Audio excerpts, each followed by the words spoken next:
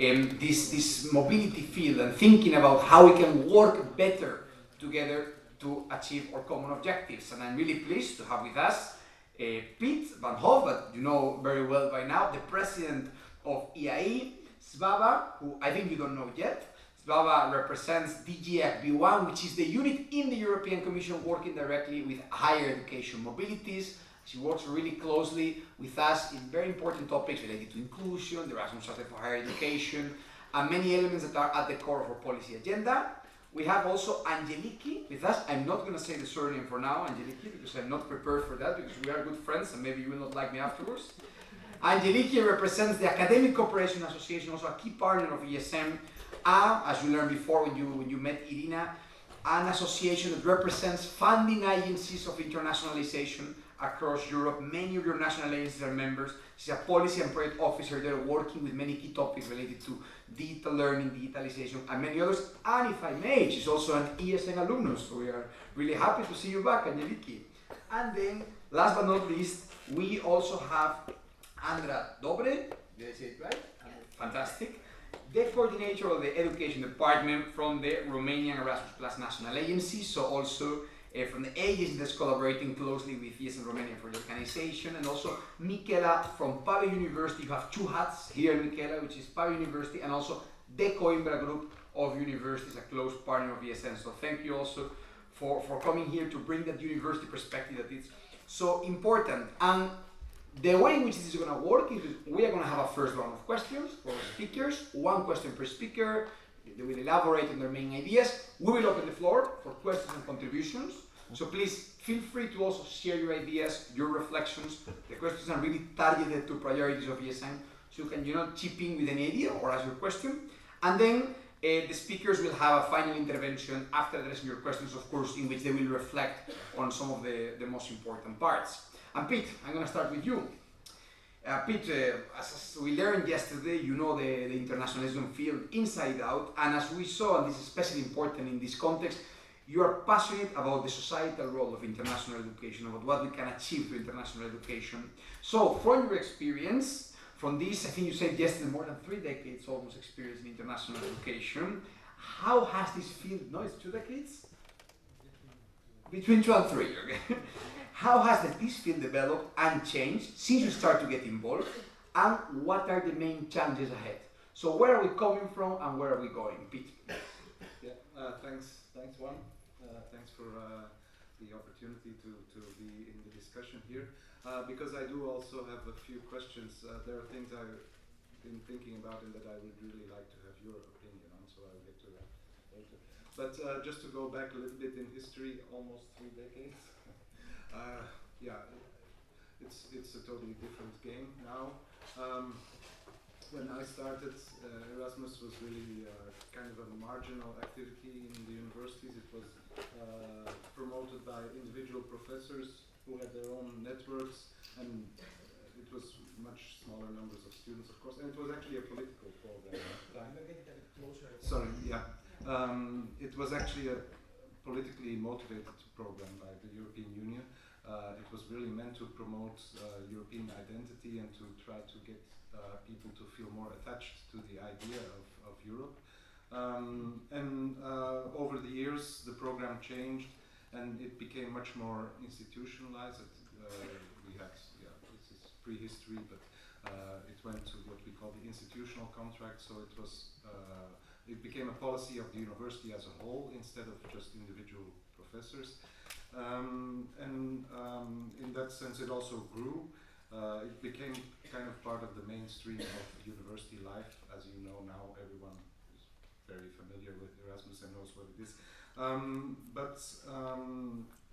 At the same time, of course, the world changed around us. Globalization went much faster, much more action between different countries. The economy, companies are active in many different countries. So that changed a little bit the expectations from the program. Now I have to say one thing before going further. My association, we talk about internationalization of higher education, we talk about international higher education, but there are really 2 different worlds. I'm just saying that just for your background information, because there's often a lot of misunderstanding. When we talk about international education and international students, when I would be talking in the UK, for example, or in Canada or the US or Australia, they would immediately think of something completely different, which is really recruiting international students basically for money. So to come for a full degree to their university, and universities in all those countries depend on the income from international students. And there's a lot going on in that world. Also in our association, there are a lot of commercial companies getting involved in that, making money from, because it's a big money-making business, international education, in that sense. And that's part of our world, but it's not what we are talking about here. And in our association, we always see those two sides. And what we're talking about here is, of course, exchange and much more cooperation, collaboration, and exchange. I just want to mention it because there are often a lot of misunderstandings about that.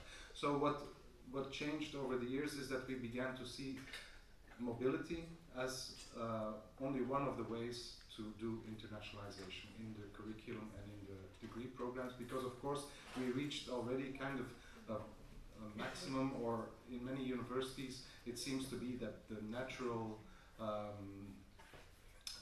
proportion of students participating in Erasmus mobility, let's say semester mobility, is around 20, in best cases 20-25%, in other cases 10-15%, and it's been there for many years. It's not really growing that much, at least in those universities who have been active for a long time. So we began to think about, we want to prepare all our students for being effective employees, entrepreneurs, but also citizens in a globalized society with diversity all around us, with people who moved to a different country. I mean, all our cities are very diverse, super diverse, so we want to really make sure we bring international and intercultural competence to all students, and not only those who have the opportunity to go abroad. And so that's why we started to work on in the universities, the offices dealing with internationalization started working also on what we call internationalization at home, internationalization of the curriculum, and also things like COIL, which is Collaborative Online International Learning, which means just bringing international collaboration into the courses, having projects, group assignments together with students in another country, but mostly through online interaction. And that's also, I think, a very valuable thing to do. It doesn't, and the big misunderstanding is also we don't see this as a replacement for mobility. I think mobility has unique benefits for those who participate.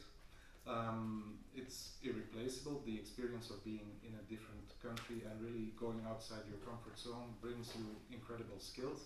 But as I said, we seem to have reached this kind of maximum of students who are willing and able to participate. And when we talk about, that's the last part I will touch upon now, but I hope to discuss it further.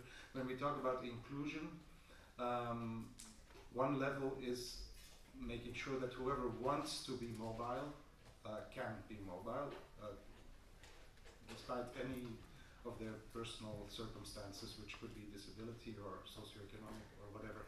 So removing obstacles, basically. That's one level of inclusion, which is very important, but in my view might not be the most important.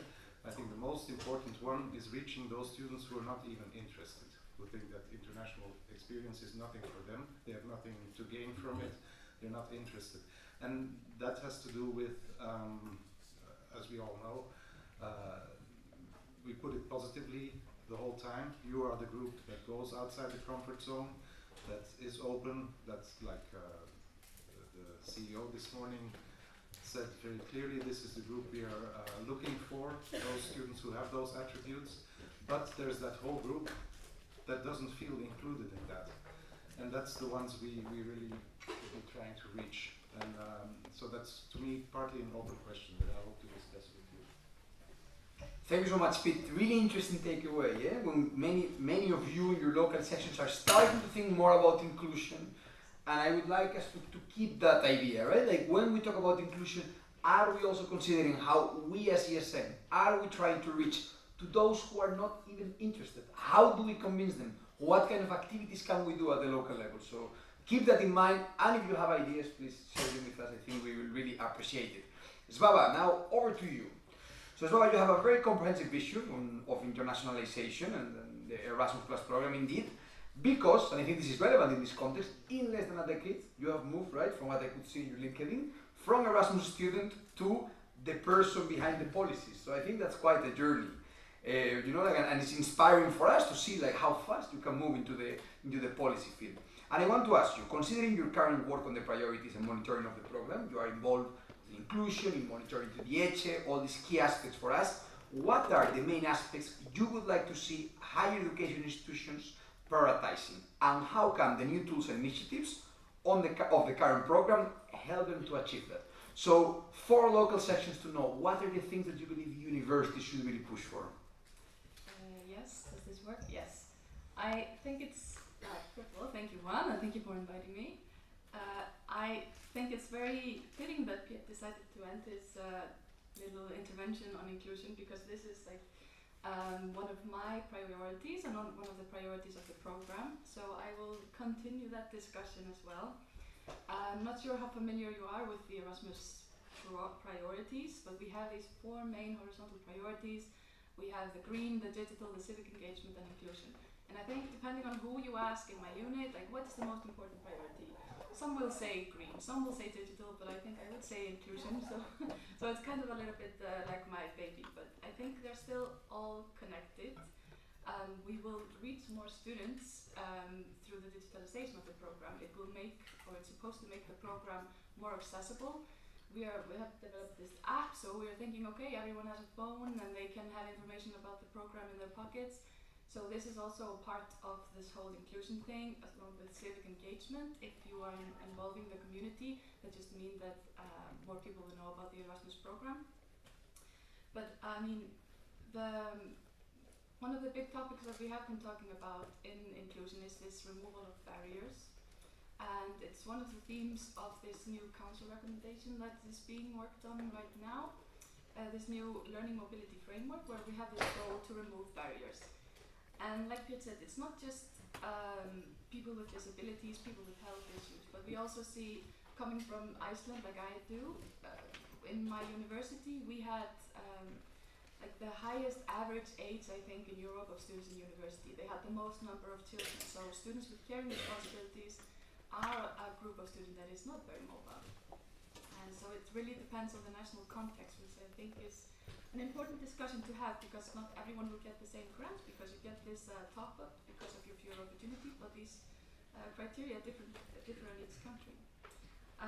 But something that I want to see the institutions work on is, like Piet says, to encourage students who are not mobile to go abroad.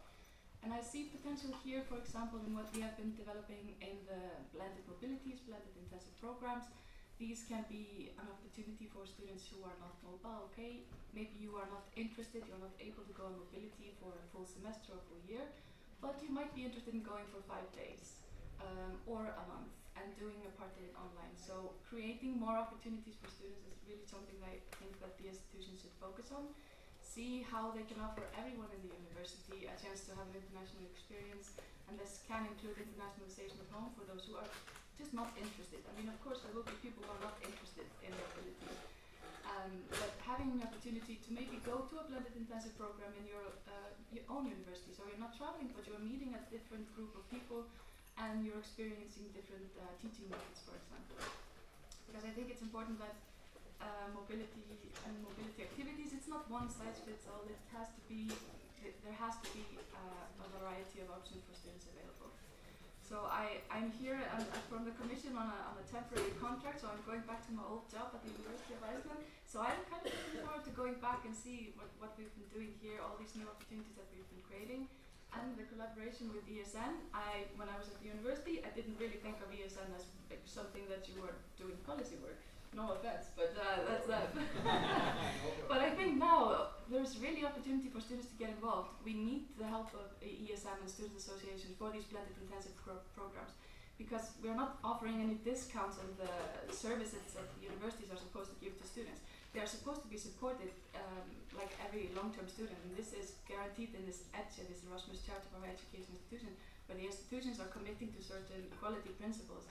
And so we need maybe ESN to take the initiative here and see how can you also support students who come on a short-term mobility? Is there something happening in the summer? Because we've seen that many of these blended mobilities take part in the happen in the summer. So can you be helpful there? Can you help your university see, okay, how can we streamline the application processes? And so I think there's a lot of opportunities within the institutions for this. You see, dear friends, more work for us. That's what we like from these panel discussions.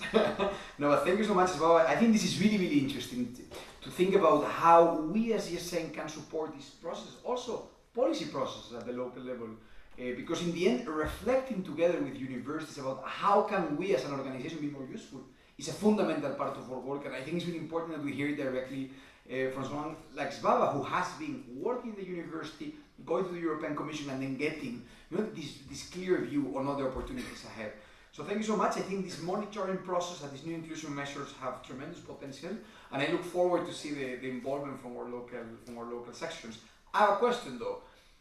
Who from here knows about these blended intensive programs? BIPs, please raise your hands. No, not bad. We have around half. So maybe, okay. So now I think that instead of getting Svava to describe, Angelique is going to be talking about new mobility formats. So we will get back to that, but I wanted to check a bit the room.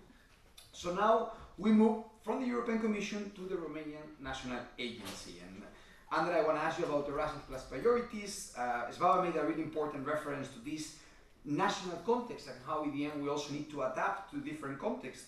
I want to ask you about that. We have these horizontal priorities. They apply across sectors. They are not only relevant for the ones implementing the program, they are relevant also for us as a stakeholder organization. And I think it's fundamental to really understand how national authorities, how national agencies are doing that translation of broad European priorities to actions at the national level. So Andrea, if you want to tell us a bit about how this process is being done at the Romanian level and what are the practices that you are implementing? Yes, thank you. Can you hear me? It's okay? Yes. Perfect. So, what we are doing at the level of the national agency, but before that, I just want to say that I'm very, very happy to be here. I'm also a former Erasmus student, so yeah, 2007 in France. So yeah, we were very happy when our NA director, Monica, she never tells that to us within the NA. So it's good to have big international events to hear, to have kind words, and yeah, she is really a supportive director. And also just for you to know, because you have all these workshops, discussions, activities in this green campus, the NA premises are also here, located in the library, first floor. So if you want to, I don't know, visit us, you're more than welcome. So yeah, you could have a little tour of the NA. Now back to your question. What are we doing as a national agency? Well, I just want to start a bit with the framework of the Erasmus Plus program and of European programs in general, because these priorities: inclusion and diversity, digital transformation. Am I missing the civic engagement and also the green part? I mean, these are not new themes in Erasmus Plus, not only in Erasmus Plus, but in the previous programs like Lifelong Learning Program or Youth in Action Program. So these themes have been tackled many times in projects, in mobility, so in the broader sense of internationalization. However, starting with 2021, I think it was very important, because at the level, of course, of policymakers, so European Commission, European Parliament, these became transversal priorities in all the documents and the strategic framework and regulations, but also we have an entire support ecosystem, like financial measures within the regulation, but also the Salto Resource Center. I don't know if if you know about these resource centers, they have as objective for inclusion. In fact, there are two Salto centers, one for youth and the other one for education and training, and they are creating a lot of support materials. They are organizing events for the beneficiaries, but also in order to increase the collaboration between the national agency and of course the quality within the Erasmus Plus and European Solidarity Core projects. So it's a whole ecosystem. This whole ecosystem has been put in place, and this whole ecosystem put the spotlight on these themes, and we become more and more aware of their importance and of course of their urgency. So what do we do in the national agency? First of all, it is of great help for us that we are an integrated agency. What do I mean when I say an integrated agency? I mean we are having in one national agency the education and training part and also the youth part. So Erasmus Plus all 5 fields plus European Solidarity Core. And yes, it is a big advantage for us to work in this integrated manner, because this allowed us to become a front runner when we are talking about your baby, the inclusion and diversity priority. We had for the very first time the inclusion diversity strategy within our national agency in 2016. Of course, under all fields, not just higher education, but also school education, adult education, youth sector, vocational education training. And we had in 2019, so before the pandemic came, we had a research study in order to assess what has been, what we did wrong, and what were the good things when we implemented the last strategy, and in order to improve and of course design maybe strategy is, I don't like the word strategy, you know, because I work in the communication field, I work in the communication department. Maybe I would call them action plans. So instead of call them strategies, digital transformation strategy, green strategies, I think it's more appropriate to call them action plans, because in fact these are action plans for us as a national agency, but also for our beneficiaries. So each time when we am I good with that? Okay, thank you. So each time when we are creating a task force within the national agencies, be it for green, for inclusion, for digital transformation, we want to have our values aligned, and this is very important. We don't want to have kick-off meetings with our Erasmus Plus and European Solidarity Core beneficiaries and to preach them and to tell them you have to do this and this and that because it's a priority at a European level. First, we look inside, so within our national agency, and we try to do what we preach. And I must say these things are embedded in ourselves first, because otherwise we cannot communicate and disseminate and ask the beneficiaries to do. So for the inclusion strategy action plan, they are organized, both the green and the inclusion and diversity plans are organized between some pillars. For the inclusion one, we have four main pillars. The research and consultation one, we do a lot of studies, research, questionnaires for the NA staff, but also for the beneficiaries before designing an action plan. The communication part is very important, because you have to adapt the message for your audience and also it's very, very important when we are dealing with students with fewer opportunities, when we are dealing with barriers, any kind of barriers. Networking, and also we want to build thematic communities, green and also inclusion and diversity, for inclusion also.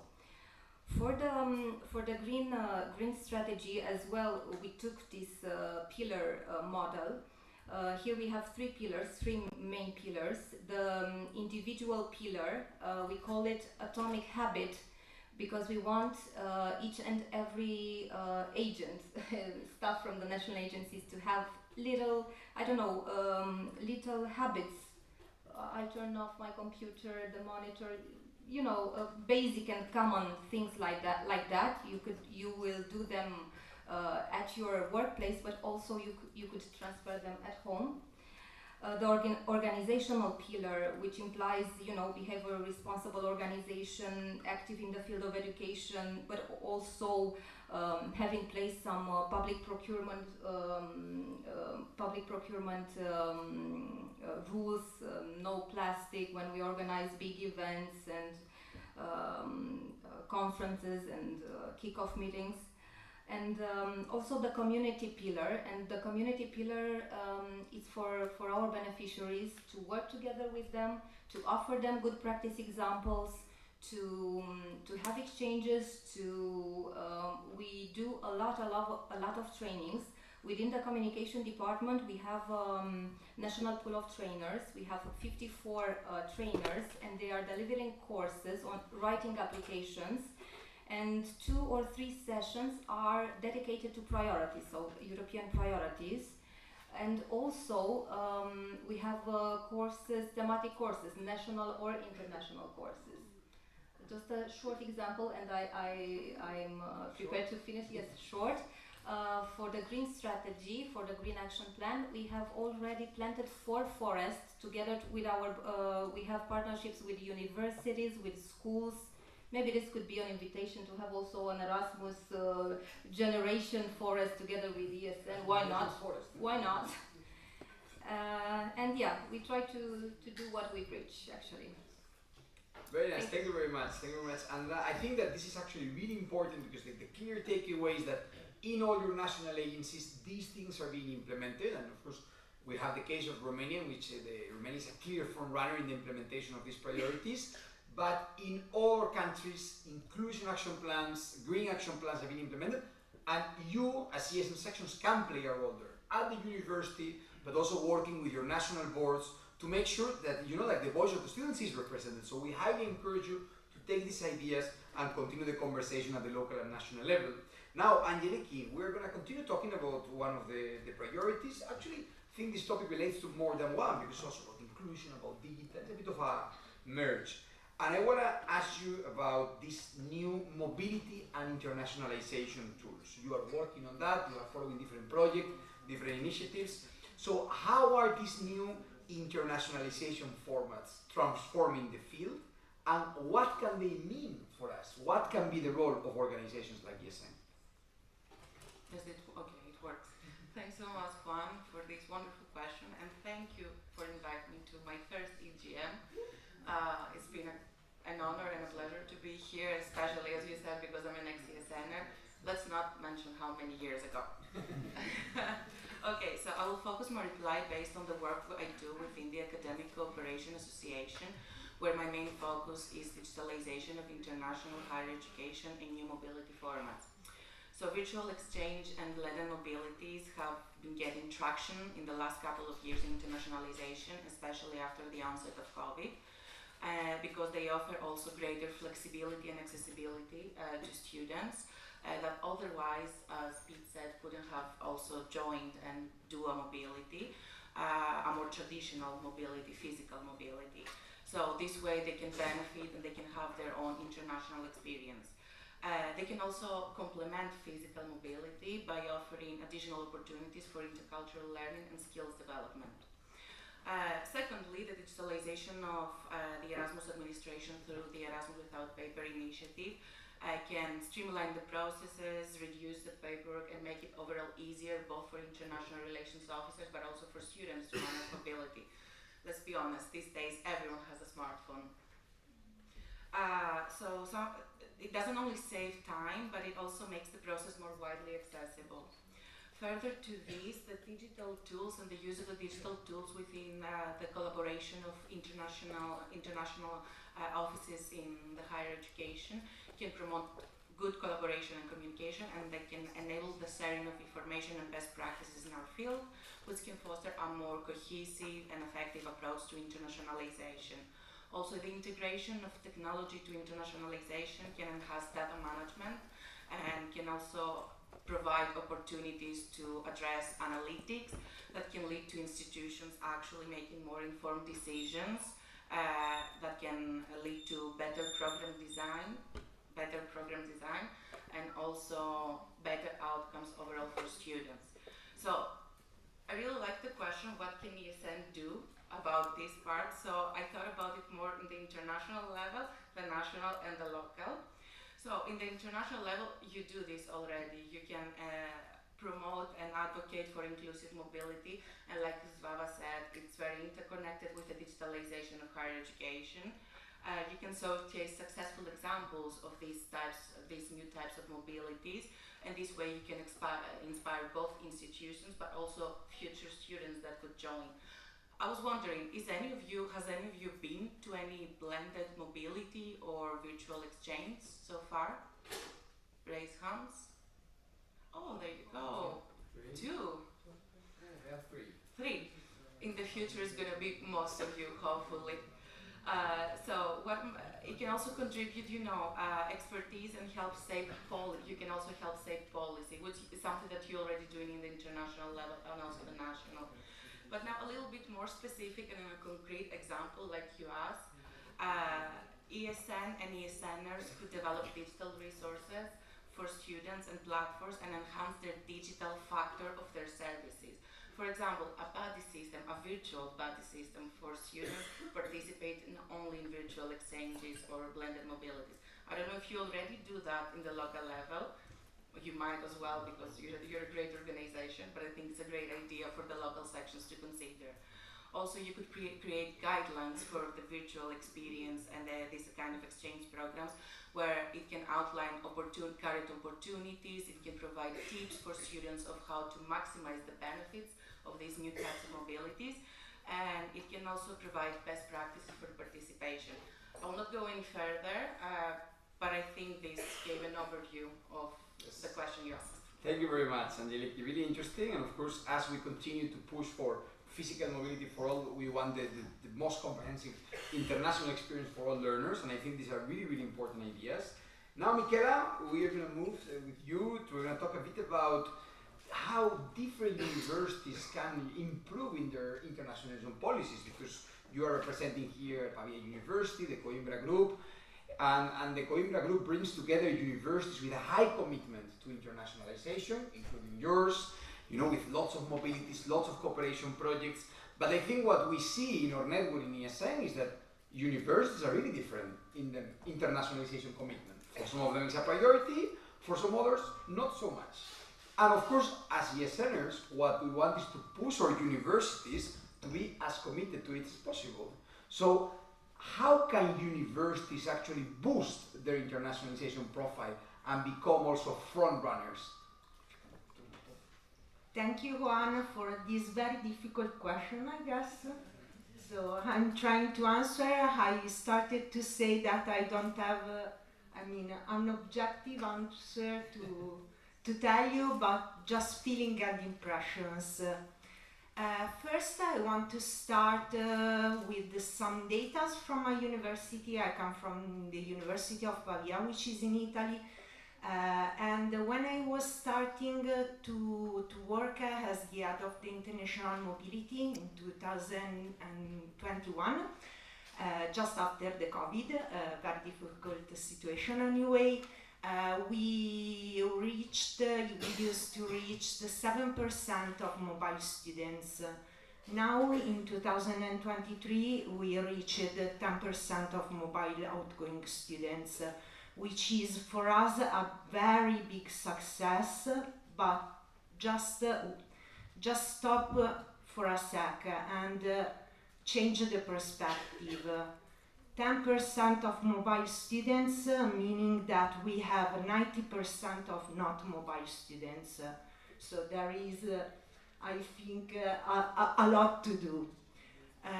So to come back to the question, how can the universities that, try to internationalize themselves can do? I just want to say that one of my secrets is to involve as much as we can the ESN, of course, because without you we cannot to reach, for example, students that have not already a mindset to be future mobile students. I started to work at the international office actually in 2008, and in 2009 I went to my first EIE and I discovered something about ESN.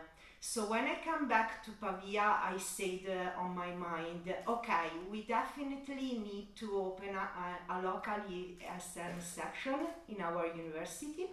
So I started to do some researches and I discovered that actually at the University of Pavia we used to have one of the first local ESN section in Europe, and it was founded in 1987. Why I'm telling this story? I'm telling this story to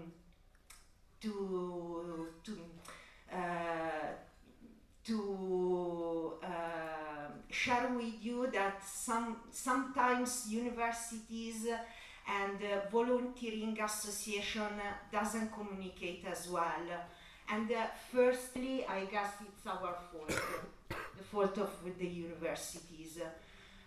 So to come back to the question, I just want to mention that what are the main points that I guess the universities should work on it to internationalize themselves. First, this is the first point, and sometimes is not easy to be understood by the universities, is to develop a clear vision and strategy about internationalization. This is not easy at all, and sometimes, can I say we are registered? We are being recorded. We are recorded. Oh my God, my rector maybe. It will stay anonymous. It will stay anonymous. Don't worry. Okay. So sometimes the institutions doesn't want to have internationalization within the main strategy, and you can help us to pass the message to the governance that this is something we cannot ignore.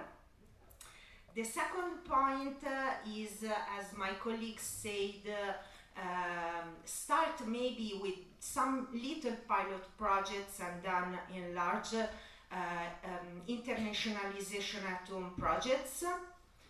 The third point is, I think, allocate resources, financial resources and structure to the association that are taking care about internationalization, and I have to say in my university ESN is one of the most important. And then listen your voice. I guess this is the last point I want to share, but listen your voice. I finish telling you that all the universities that are participating in Erasmus program need to have this certification, the HS certification, which is the Erasmus Charter for Higher Education, and usually we made proposals to the European Commission to have it, and we make promises in our proposals. Just an invitation for you. Pretend that your universities share the ECE proposal, because on that you will find that we make some promises and we are not able maybe in the, how can I say, to deliver it. Okay. Very good point. Very good point, Miguel. I think it's perfect for the beginning of the question. And I really take that part. First of all, thank you for acknowledging the role of ESN and the great collaboration in Pavia. But I think that part of really, in a good way, holding universities accountable with a collaborative spirit is really important, because this is how we improve together. Now we're gonna open the floor for questions. So we have a mic here, and we have a fantastic member of the team, Irina, who's gonna help us with the questions. So the floor is open for questions, contributions, and remarks. Fantastic to see that we have the first speakers. Okay, we have already 2. Anybody can share, and then you can say if your question addresses a specific speaker, please say it. If it's general, we can see who replies. And introduce yourself. Say your name and country. Hello everybody, my name is Matt Bisser, I come from Bosnia and Herzegovina. I'm only volunteer from Bosnian delegation, and actually I'm proud to come to EGM, my first EGM here in Bucharest. I'm actually interested to work with students as a volunteer, so I was actually wanted to say, what are the actually privileges and what are the good things that person gets when one average student attends Erasmus exchange? This is a general question. About what do the speakers think are the main benefits of participating, you mean? Yes. Okay, maybe someone, I think Pete wants to take it. Okay, we will take it and then we go to the other questions that you have, okay? Well, it's a very relevant question, and it's a question I can give a kind of provocative answer to, and I always call them inconvenient truth. Is that actually when you look at studies, you see that they compare the group of students who have been on Erasmus and those who have not been on Erasmus, and you see big difference. Erasmus students are better in everything. So, but there's a big but, is that you can't really study what would happen to a person if, you can't do randomized tests with that. So the problem is that there's a big selection bias, of course. And actually those students who go on Erasmus, and it's not a negative thing, but very often already have those attributes before going. They're already open-minded, they're already problem solvers, they're already interested and curious in different things. And so, of course, you develop those attributes during Erasmus, they become stronger, but that means that the difference between the group that doesn't go and the group that goes actually becomes bigger, because you, and I think it's perfect, you get this opportunity and you develop this further and you can become leaders, but the difference with those who don't go only becomes bigger. So that's part of the answer to your question, I think. But those attributes do grow, that's true, so that's a very positive effect of Erasmus. But again, we come back to what do we do for those who are not even interested. Yes. Angelique, you also want to chip in?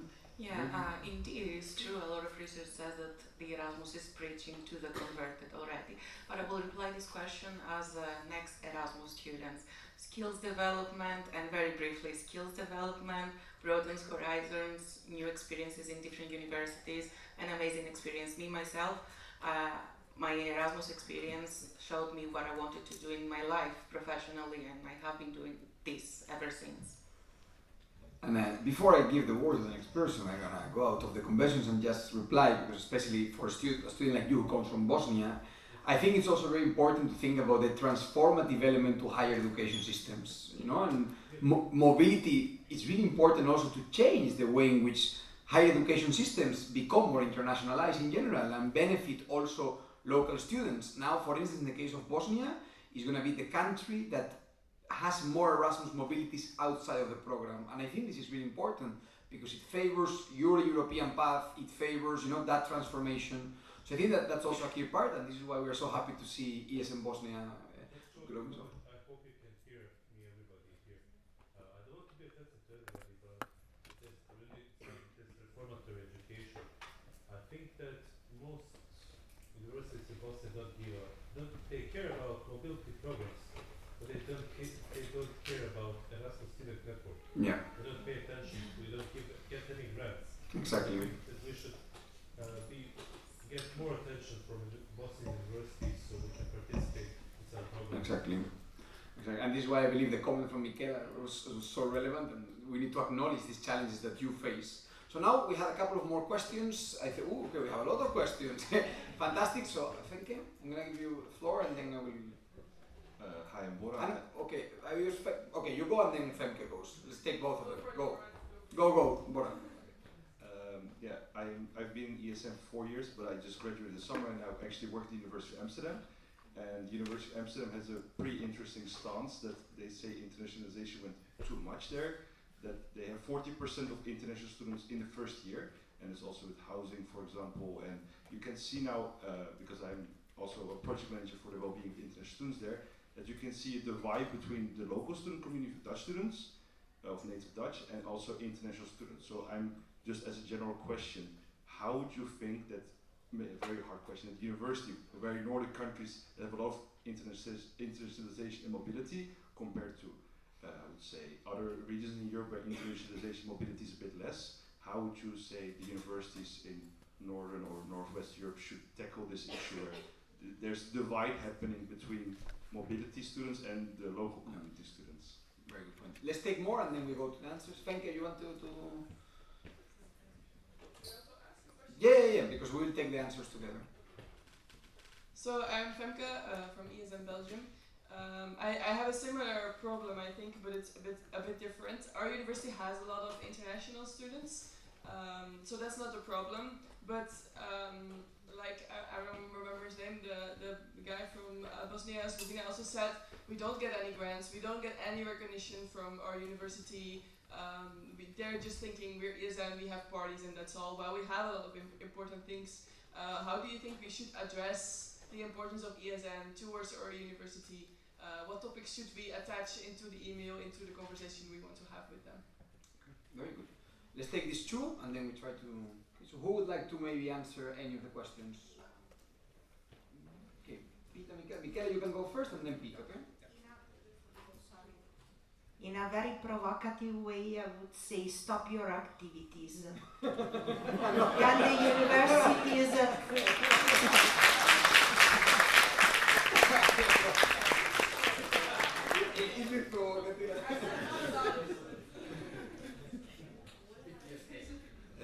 I'd like to say something about the situation in the Netherlands, because it's really, really important to be aware, and that's what actually the reason why I mentioned this earlier point about the difference between what people call international education and international students, which is a commercial activity and just bringing in as many as possible, versus exchange and Erasmus, which is something completely different.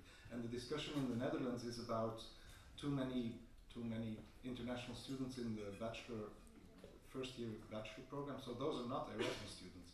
Those are simply students recruited from anywhere for whatever reasons, some good, some bad reasons. But in the discussion, you have to distinguish this, because an Erasmus student, a lot of the problems in the Netherlands have to do with housing and lack of housing. So in principle, an Erasmus student is an exchange student. So it's one going out, one coming in. It doesn't take up any additional housing. So it's a separate discussion. You really have to always keep bringing that back, because it's something completely different. The presence of Erasmus students is a net positive, because it brings the international spirit to the universities and brings international exposure to the home students and all those things, and it doesn't cause any extra burden on the system. So we're talking about two different things, and the public doesn't know that difference, so it's important to stress it. Maybe more. Yes, please, Baba. Yes, I wanted to answer the second question. So I know we've talked already about this Erasmus Charter for Higher Education, this EGM, but I think if you want your institutions to take you really seriously, to see that, okay, you're really interested in working with them on policy issues, not just the social aspect, then take a look at this charter, and take also a look at the student charter. Because if you have students coming to you, and when you have your open offices, and they say, okay, I have an issue with this, chances are that this is something that the institution is supposed to be taking care of. So I would take a look at the student chapter and the EGM and see, like, show the university, here are the issues and what are you doing about it and how can we help? Yes, please. Just a short comment, yeah, for the second question related to the communication and how to be taken into serious. You know, in Romania, a lot of people think about Erasmus mobilities that they are only for fun and for traveling and for touristic aspects. But from my opinion, I would say that those people they have never been into a mobility. So I think this is also similar with the approach for the university as well. Thank you very much. I think we have time for a couple more questions. So I think, yeah, I'm gonna take from you two because you were already raising your hands before. I'm sorry because I know more people want. Let's see if we can. Okay, hi, my name is Jude. I'm from ESN UK. I think my question, links to a remark that you made, Pete, kind of earlier on about promoting mobility to students who would never see mobility as possible for them or achievable for them. I think especially within the United Kingdom's quite unique and challenging context at the moment. It's something that we want to focus on, especially considering that Turing, so the new program that's replaced Erasmus Plus, is only outgoing. So I'm kind of interested to pick all of your brains in a way about how can we make sure the student organisation can promote kind of mobility to students who otherwise kind of living in a country where there's a different culture to countries like Italy and things like that.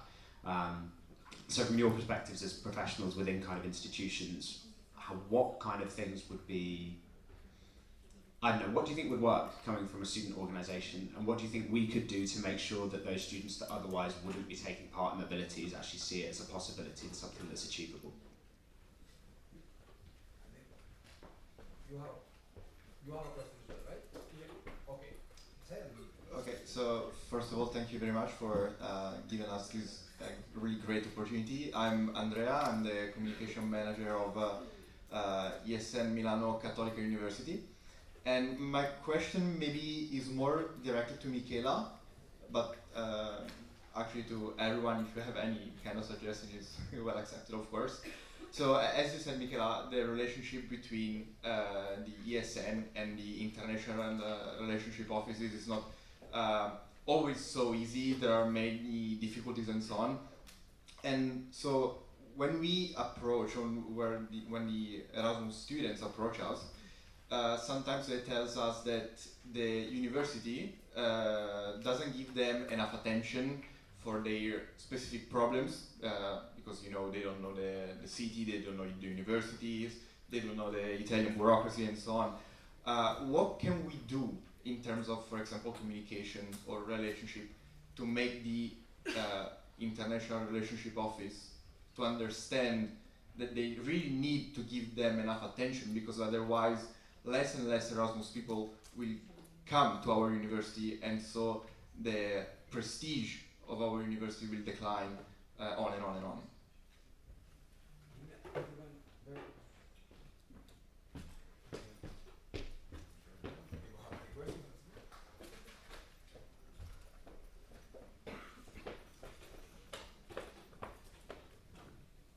Oh, hello.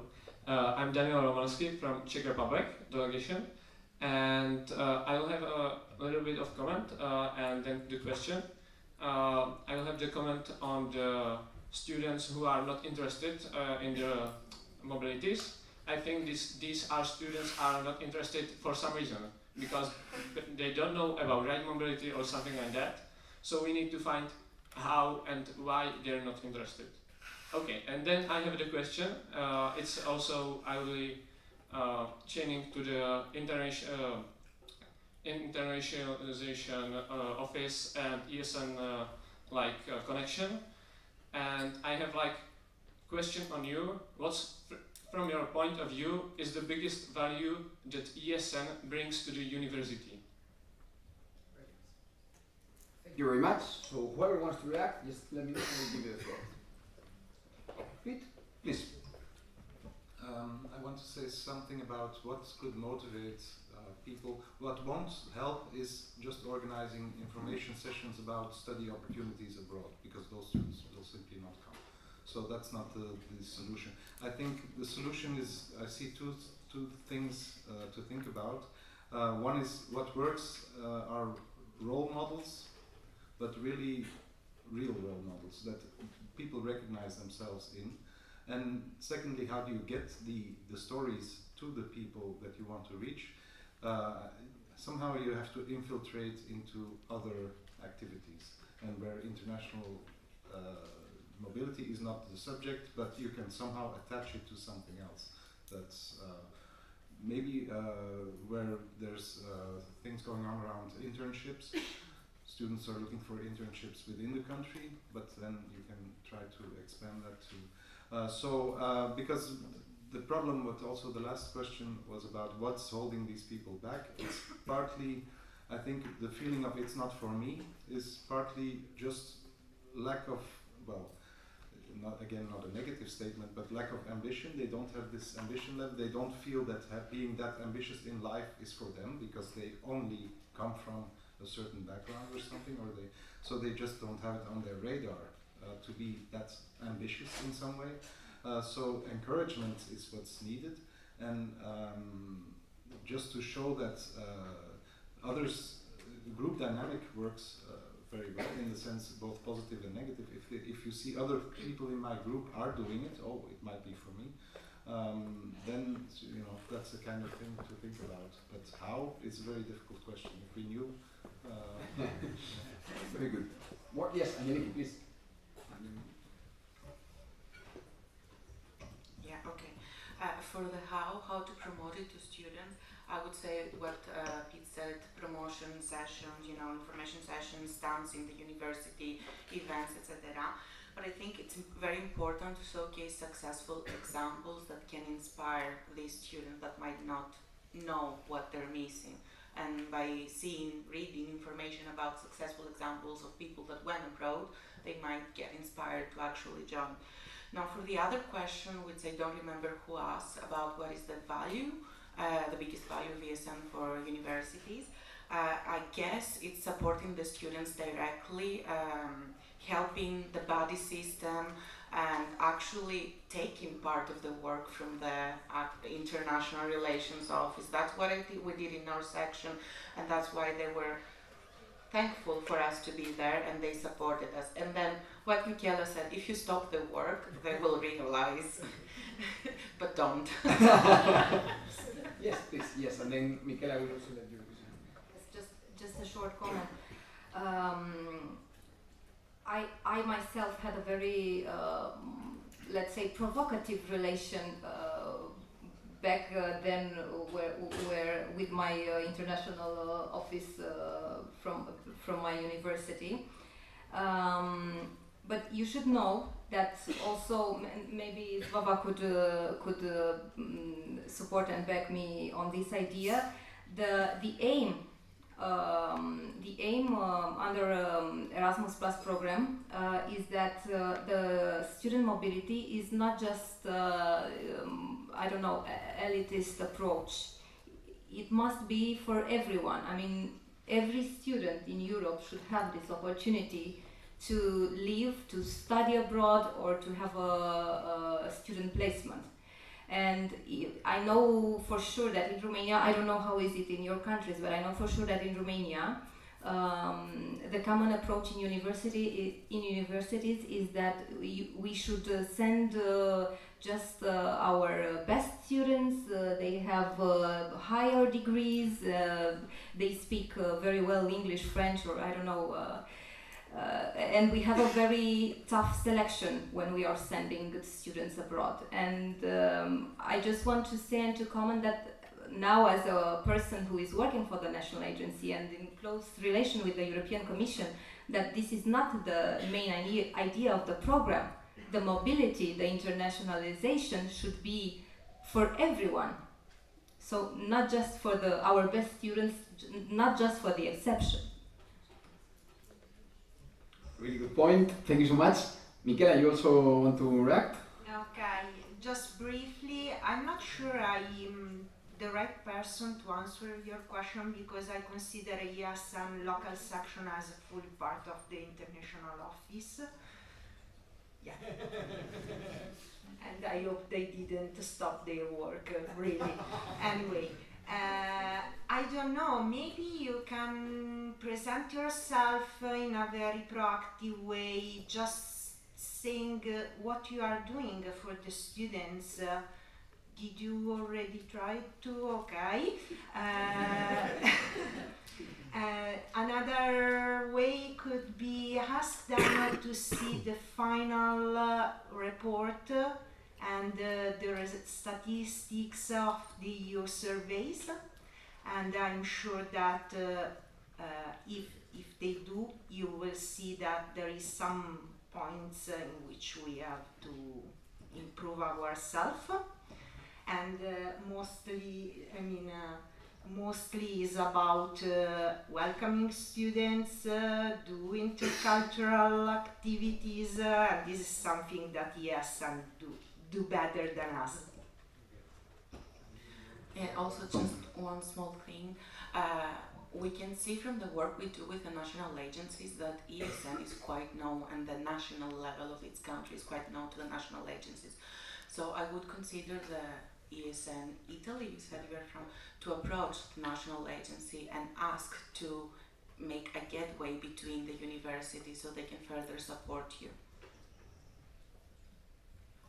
Osvaldo, do you want to maybe react to? I would say pretty much the same thing that the others have said. I was actually thinking about the national agencies as well, because we are in this EGM thing, we have this monitoring guide, and we are really encouraging the NAs to not only monitor that the institutions are doing everything they should be doing, but also to guide. And I think ESN could also play a role there. And if you feel that you're not being heard as a university, go to the national agency and see if they can help you. Definitely. Exactly, and use the tools. I think I really like also Michela's comment on ask for the data, use it, and as you know, ESN is well known for being a really strong data collector, and you can use our data. We have the ESN survey data. You are going to be provided with the new materials for the new ESN survey with local monitoring systems. So hopefully this will also help local sections. So we are a bit past the time, but I think we still have a couple of questions. I think my friend over there, you had a question before, not anymore. Next to Femke, you had? Okay, so I will take that one. I will take one from Katarina there. And hopefully it's okay for you. Do you have to leave already or okay? Because the session was for 1 hour, but there was so much passion. And there you have a question as well. So first of all, hi, I'm Michelle from ESN Geel, a Belgian section, and I wrote down my question in case I forgot. What kind of innovations are you implementing in your internationalization strategy? Okay, so I mean, because we have NAs, we have universities, it's a bit mixed, but we will get back to it later. Maybe, okay, then who else wants to have a question? I'm going to take 3 now. Yes, please go there.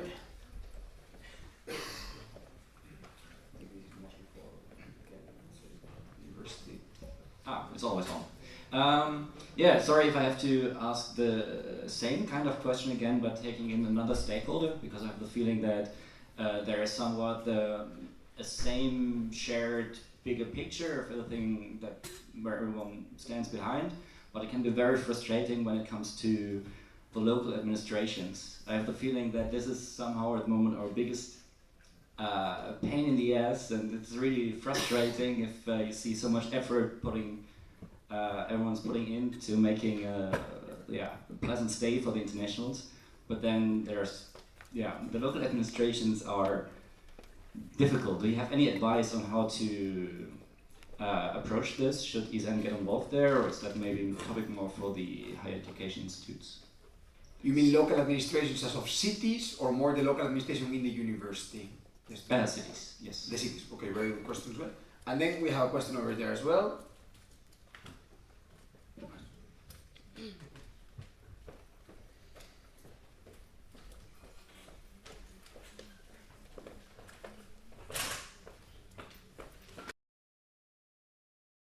I also wrote down my question as well. I'm Hazal, I'm from ESN Turkey. How can we help our universities to sign an agreement with different universities for Erasmus program? Because lots of students want to have the Erasmus experience, but there's a very limited chance for each university. Is there any chance to enlarge the limit of the students who can attend the Erasmus program? Okay, so let's take it. I think the first one on the... and then you have a question already. Let's take that as well. Okay, I will leave it.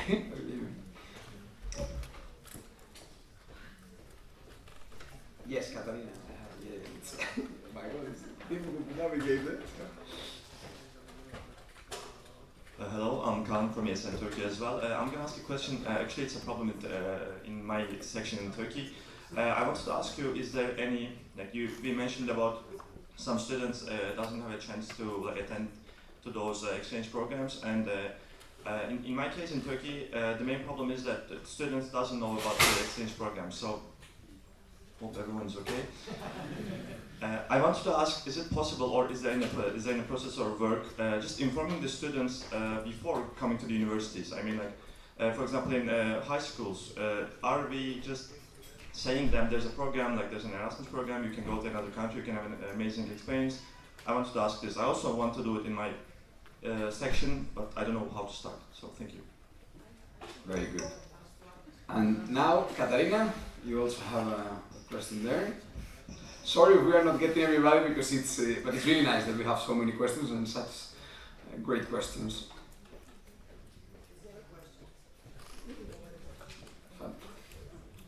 Hi, it's not a question, just a comment, because in the Coimbra group, it's a network of 40 universities, the traditional comprehensive historical in Europe, and we make this connection. Recently we've been trying to get our synergies more reinforced with ESN, and it was just advertising for 4:30, the session on good practices on the synergies between sections and universities. This will maybe reply to some of the answers, the questions that were made here. Fantastic. Thank you for that promotion. And then we have one last question, which is good because we have more time to answer the others. So please, dear speakers, feel free to raise your hand. Yes, please. To be honest, I cannot remember all the questions because they were very diverse, but the one that I heard from Darius and Turkey, yes. There used to be this project in ESN. I don't know if there is Erasmus in schools. Is it still a thing? So basically we would go to schools with our section and we would present what Erasmus is, we would present our experience, and this way we would get the high school students quite interested, and then the moment they arrived at the university they already knew about the opportunities. So what I would suggest is try to identify local schools that they want to welcome you to have some sort of informative session with their students. I'm telling you, it works. We did it and it worked very well. And I see she's nodding her hand behind Nicoletta. Can I add you something about this point? Consider that recently the universities, especially in Europe, started to have these marketing recruitment sections, and their job is exactly to convince prospective students to come to study in the universities. Maybe you can approach those kind of sections and propose to have, informative session about Erasmus. Yes, more reactions from our speakers, please. Yes, please, Bob. Yeah, I'm not sure I got them all either, but I was curious about the one that you were saying with the administration in the cities. I don't know if this is regarding housing and stuff like that, or just registration in the area. Was that? If you want to clarify. If you want to clarify, whether is there about specific aspects like registration in the city, housing, or which part specifically? Starts with registration, work permits, visas. Okay. All right. Then this is definitely the responsibility of the international office. They do commit to this in the charter, so they are supposed to give guidance on how to find accommodation. They are supposed to give visa and insurance advice. So it's their responsibility. But of course, if I know that ESN sometimes has these guides for incoming students on how to do things, but how to make it better. I think it would start in the international office, but there have also been some ideas using blended intensive programs. I know I keep talking about them all the time, but to use them as a way to get students in from different disciplines to solve a problem. So the university can organize a blended intensive program with a municipality if there is something in particular they want to try to solve. So as an opportunity to use the program to solve issues in the program, I think it might be an idea. Thank you very much. Yes, please, Pete. Maybe just to the question about creating more opportunities. Of course, it's a double question. I think there's partly having universities make more agreements, find more partners to exchange with, but of course it's also a matter of money, and the budget is still expanding, I think, so hopefully there will be more opportunities. Then about the question on innovation, and it goes also back to inclusion and how do we involve more people, and we won't be able to really go into it far now, but it's a very tricky question because I think a lot of things are often confused, and when we say, okay, we can do much by digitalizing, we can offer online opportunities, of course you have to be aware that it's something completely different, and that what we have in Erasmus, I think, but you can say if it's your experience, you're really thrown in the pool, and you're put in a position where you can experience a lot of unexpected things.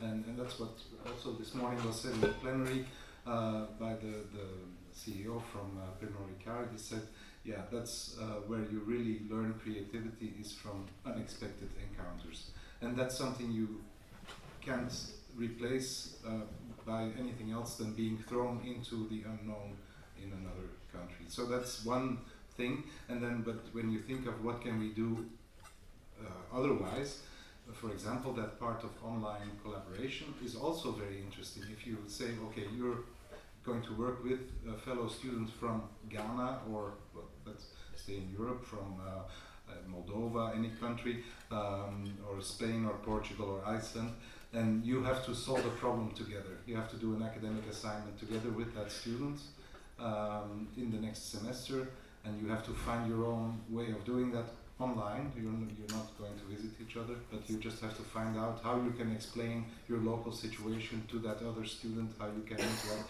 That's a totally different learning experience, also internationalization, but something completely different, and one doesn't replace the other. So that's the kind of thing we think about when we try to innovate. Thank you very much. Any other remark from our speakers? Michela, you want to share something about your innovations in your international strategy? I have 4 pillars in my mind.